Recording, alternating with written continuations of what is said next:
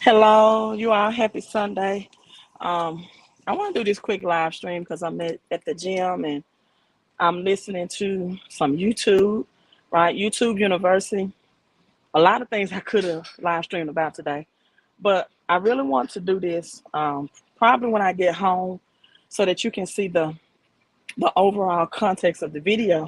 But I just um,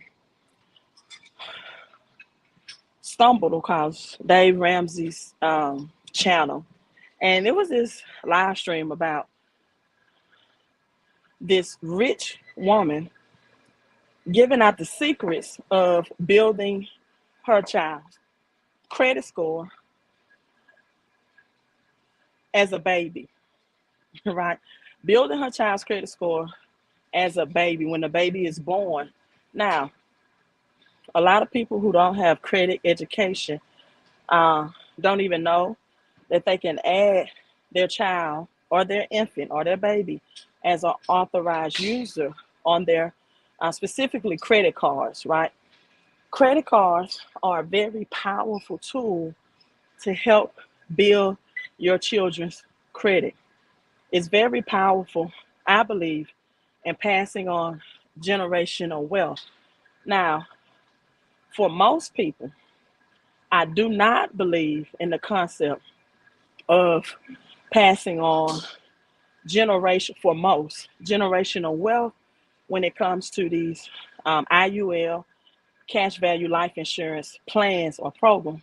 And this is why most people that are middle class, especially if you're a middle class who do not earn a six-figure income, you don't have the lump sum to put into that IUL or whole life insurance or cash value in order to give the life insurance policy immediate equity where you're not waiting years and years and years. And a lot of times, middle class income earners do not have the cash flow, right? And so, but credit, on the other hand, is a very solid way, and credit cards in particular, to build your child's or your infant child, children's credit score as soon as they're born. All you have to do is add your child as an authorized user, and guess what? Pay the card as agreed, keep it in great credit standing, and keep the credit card for 18 years because that's the age in which they will build a credit profile in good standing and pay it on time. If you know anything, leverage the passive rewards, which is called cash back, meaning that when you use your credit card like a debit card, you get cash back for it. And it's a great strategy. Now, of course, Dave Ramsey in his show um, suggests that you pay cash for everything. And even if you want to be a home buyer one day, you can go through underwriting and not leverage the bank money to purchase a home. Again, like cash value life insurance policies, IULs, whole life insurance policy, that's a great strategy if you was born rich or you was born with a silver spoon in your mouth. I saw some comments on that video that said things like, debt is the worst thing that happened to me. Um, and then I think Dave Ramsey's daughter said things like, why would you start your child off in debt? You're not starting your child off in debt. Again, that credit profile will not be available until that child turns 18. So you are building a good credit. And by the time they're 18, they will have more than likely a 800 or above credit score. So you're not giving that child um, a start behind the eight ball per se, right? You're giving them a head start, especially if you don't have the cash to for your children or your child to inherit. At least give them the credit. I would rather see, especially in the low income communities, to give their child a head start and passing on generational great credit scores versus them putting the utility bill in their child name. And then when the child turns 18, they have a charge off reporting on their credit score. And immediately they start this game of life with a 600 credit score because the parent has put, right, their child in a negative credit situation and utilize and leverage their credit in the wrong and inaccurate way. So if you're going to help your children and you wasn't born with a silver spoon in your mouth, you didn't get an inheritance, your family didn't pass you on 10 or 20 acres of land, right? When you sat at the dinner table and it was not discussed credit or cash flow or the importance of building businesses, then I'm educating you how you can do this. There's a lot of people, for example, that do not know that they can put their child on payroll for a home-based business. Yes, your child under the age of 7, your 3-year-old, your 5-year-old, your toddler, your infant, your child, your baby, you can put them on payroll for a home-based business. So that means up to $1,000 a month you get back, right, from the government. And if you're spending money on your children's clothing, food, and recreational activities, why not restructure that and get money back? Now, this is not getting money from the government in a welfare system for your children. This is being able to earn high income and then get the money back in a very strategic way where you're not overpaying in taxes or you find yourself in a dilemma where you're just breaking even with taxes, but you can be a high income earner who's not in high IRS debt. I'm trying to get my thoughts together because I'm on this bike. Let's see. Every time we spend cash, you says we're going against the system. Well, the system is composed of cash, right? This is the thing. It's like playing the game of Monopoly, right? You play the game of Monopoly, and if you continue to play that game and you never collect rent, you never acquire property, right? Your dollar gets less and less value. You're going to eventually lose the game of Monopoly because your opponents are collecting assets of value, right? And assets of value is a home-based business, is passing generational credit, right? Turning cash into assets, right? He says debt credit is going against the system. Well, do you not know that cash in 1971 became debt? Let me say this and I'm gonna log off, right? And I'm glad you commented because unfortunately you think like a lot of people who don't have financial education, right? In 1971, the dollar became debt.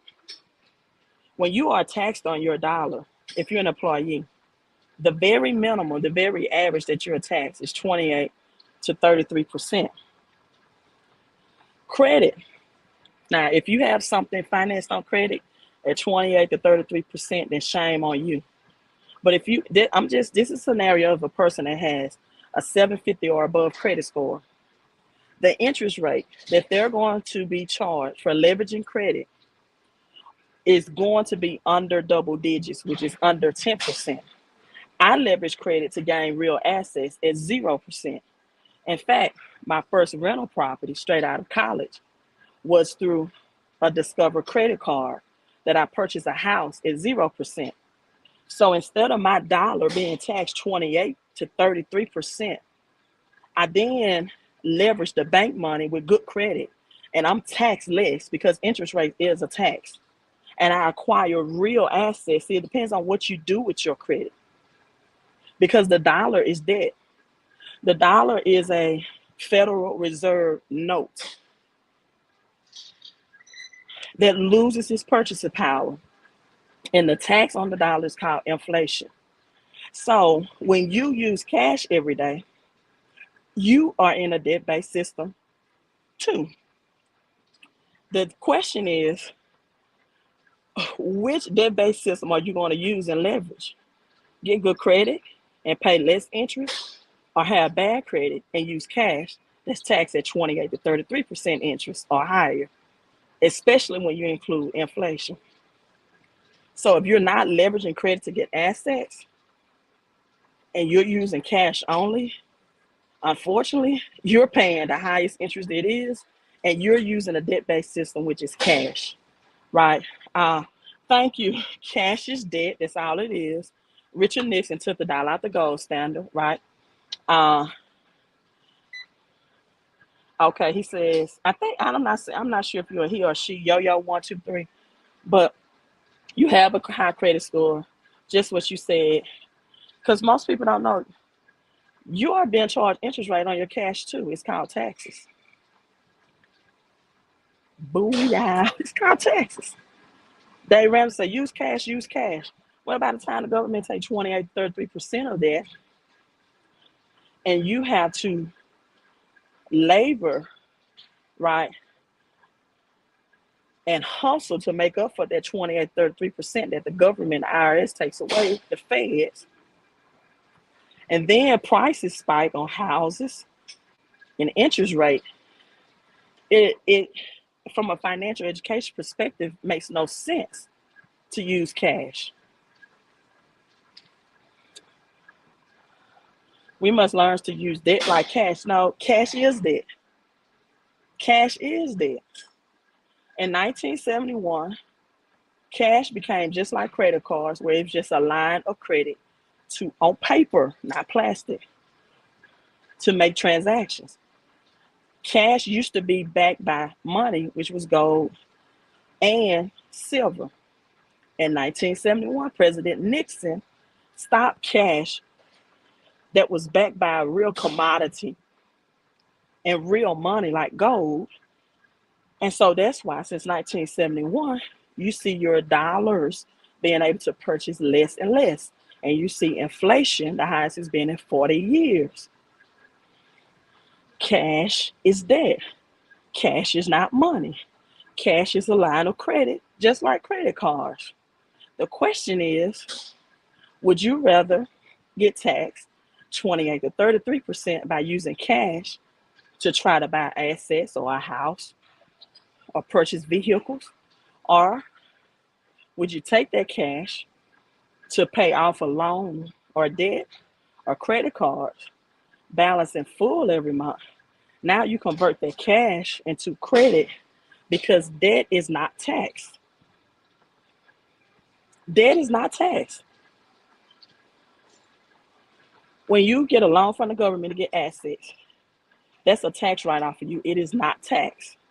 And you can get it at low interest rate if you have good credit. So which debt are you going to use? It's like you have to pick your poison. And the thing is, most people's income is not keeping up with inflation. And they've been given this antiquated advice from Dave Ramsey is to use your cash. But let me propose this to you.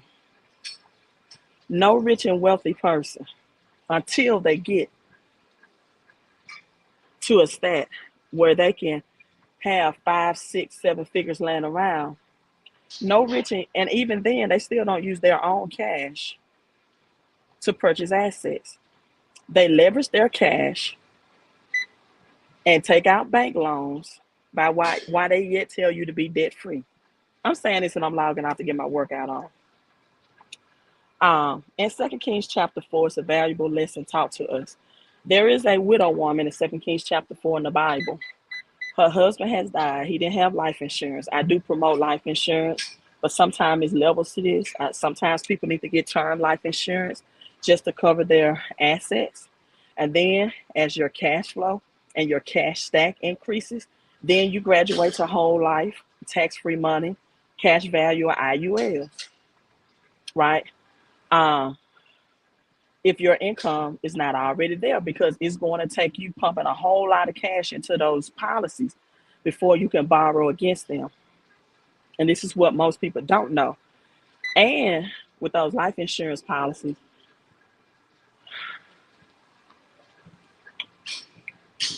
you borrow against the policy to acquire assets.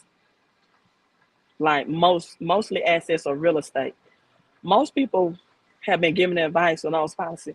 Oh yeah, become your own bank, borrow against the policy, and go buy your own vehicle and you finance it yourself instead of giving the banks that money. Why would you do that? If you're going to leverage money, then get it to get things that appreciate in value, not depreciate. But that's a whole nother topic. My thing is the dollar is debt. It is taxed higher interest rate through taxes and inflation than a credit card limit if you have good credit, or even a bank interest loan. But you have to acquire assets with it. Stop passing on generational bad credit to your children and start passing on generational good credit. Most people don't even know that they can add their child on their credit cards that's in good standing as authorized users as babies. Most people don't know that they can add their children and get home-based business deductions as babies and infants and toddlers and get money back. They think their child have to start at the age of 7, right? And that's right, Yo-Yo. He said life insurance is a must-have, but it's levels to this. It is levels to this. I have a $500,000 life insurance on my daughter. I mean, on me for my daughter. I have one daughter, one child, and I pay a very low premium. It is term, but when I get to the point where my assets are where they want to be, then I'm going to start to convert that over to a term life policy. Then I'm going to borrow against not a term, but a cash value policy. Then I'm going to borrow against the policy, and I'm not going to put money in it for years to borrow against, right? I'm talking about in a matter of months, and I'm only going to invest in real estate because real estate increases in equity, and it increases, it's great for tax deductions, right? Using credit the correct way is a great tax deduction strategy. Allowing your child to, just think about it. If your child went to college and they were told to use student loans at 3 to 4%, if they didn't need any help to get a degree financially, and they decided to use student loan at 3 to 4% interest to start acquiring real estate, some people with a closed financial mind will be like, no, we're not doing student loan debt at all. But if you use student loan debt to acquire real estate in college, that puts you ahead of the game. It is smart to leverage debt to buy real assets. That's why they call real estate real, such as land, your real dirt. I'm not talking about land banking certificates, I'm talking about your own deed saying you are the owner and property owner, and you are the landlord. And you don't have to be in a group or couple with people to make decisions through land banking that's only backed by a paper certificate that looks like a diploma that you'll hang on your wall. There's a lot of people, nothing against college, but they spent thousands, and there are thousands of student loan debt for a certificate to hang on their wall that's not giving them a return on investment. Because by the time you graduate college, if you get a 4-year degree, by the time that 4 years has expired, your degree is already antiquated unless you're going to school for a pharmaceutical, doctors or lawyers or something in that field, right? But other than that, what most people learn their freshman year in college, if they're going for at least a 4-year degree, one time you graduate, it's already antiquated information. That's just how fast the environment and culture moves.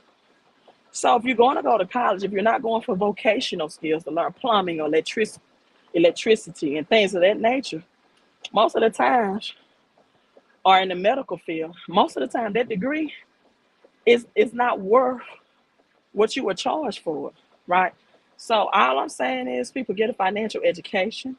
If you're a person who's going to keep and maintain good credit, especially in your credit card, uh, you can pass on generational good credit, which was transferred to generational wealth for your children, even being a baby. So, hey, I'm about to go get in the sauna. When I sit in front of my laptop, I may show you all the clip about the strategies that the rich use to build or to have their child good credit once your child is able to pull their credit profile at the age of 18. Um, Let me read these comments. Buy a house as a freshman in college and use your housing money to pay for your mortgage, or just use your housing money to pay off the loan and put toward principal of the loan. So you buy a house and use student loan as a freshman in college. By the time you graduate, you have property that's loan free and built up equity. Now you're getting perpetual cash flow. Only thing you have to be concerned about now is upkeep of maintenance for that house and keeping it in a status of good rental conditions, right? And you don't have to carry a mortgage loan on it if you just make principal only lump sum payments. That's another lump sum strategy. But most people tell people to do this in cash value life insurance policy. When, if you're middle class, in my opinion, it would benefit you better to make lump sum payments, especially if you're renting out property towards the principal of that home, because that builds up your equity faster and it eradicates the interest, thousands of dollars of interest that you're going to pay on that loan. Robert Kiyosaki said, learn how to use debt like money, but debt, cash is debt. What are your thoughts on that statement? I just said it. Cash is dead. In 1971, cash became debt, and you're paying inflation, interest, and you're paying high taxes on the cash that you earn. Tax season is coming up. You don't believe me? Listen, you get a W-2 to file taxes on the money that you was already taxed on. You have to complete a W-2 for that money when you was already taxed on that money again. Then you be taxed on it again. And then you have property taxes. And then you have death taxes when you die, taxes to when you die. Some people have avalon taxes. Some people have vehicle taxes. Cash is already dead. Cash is not backed by any commodity. It is a paper debt that you use for your goods and services like a credit card, except you are charged more interest on cash than you are with debt if you take out a loan, because debt is tax deductible once you use it to purchase assets. If you don't understand that, I don't know how to explain it to you even more. I'll just say continue to read financial education books, preferably Robert Kiyosaki. Cash is debt. It has a higher taxes or interest rate, if you want to use the word interest rate, than using debt with good credit, because you have inflation interest and you have tax interest on that money, especially when you file your W-2. Whether you're a 1099 independent contractor or you're a small business owner, your tax interest wise is higher than any debt tax, being that you have good credit that you can ever use, but you have to purchase assets. The only time debt becomes tax free is when you use it to purchase assets, specifically real estate, right? Cash is debt. That's all I gotta say. Cash is debt, and the interest rate on it is taxes. I don't know how to explain it. Simple. I would not put my cash in government bonds at all. China is dumping government bonds, so why would you hold on to government bonds? China is dumping the United States government bonds. Other countries is dumping the United States government bonds. So why would you buy it? The dollar is crashing, it's losing its purchasing power by the day. So why would you buy government bonds right now in this economy? But I do agree to leverage credit to acquire assets, right? All right, you all. Back to my workout. You all have a great day. Queen out.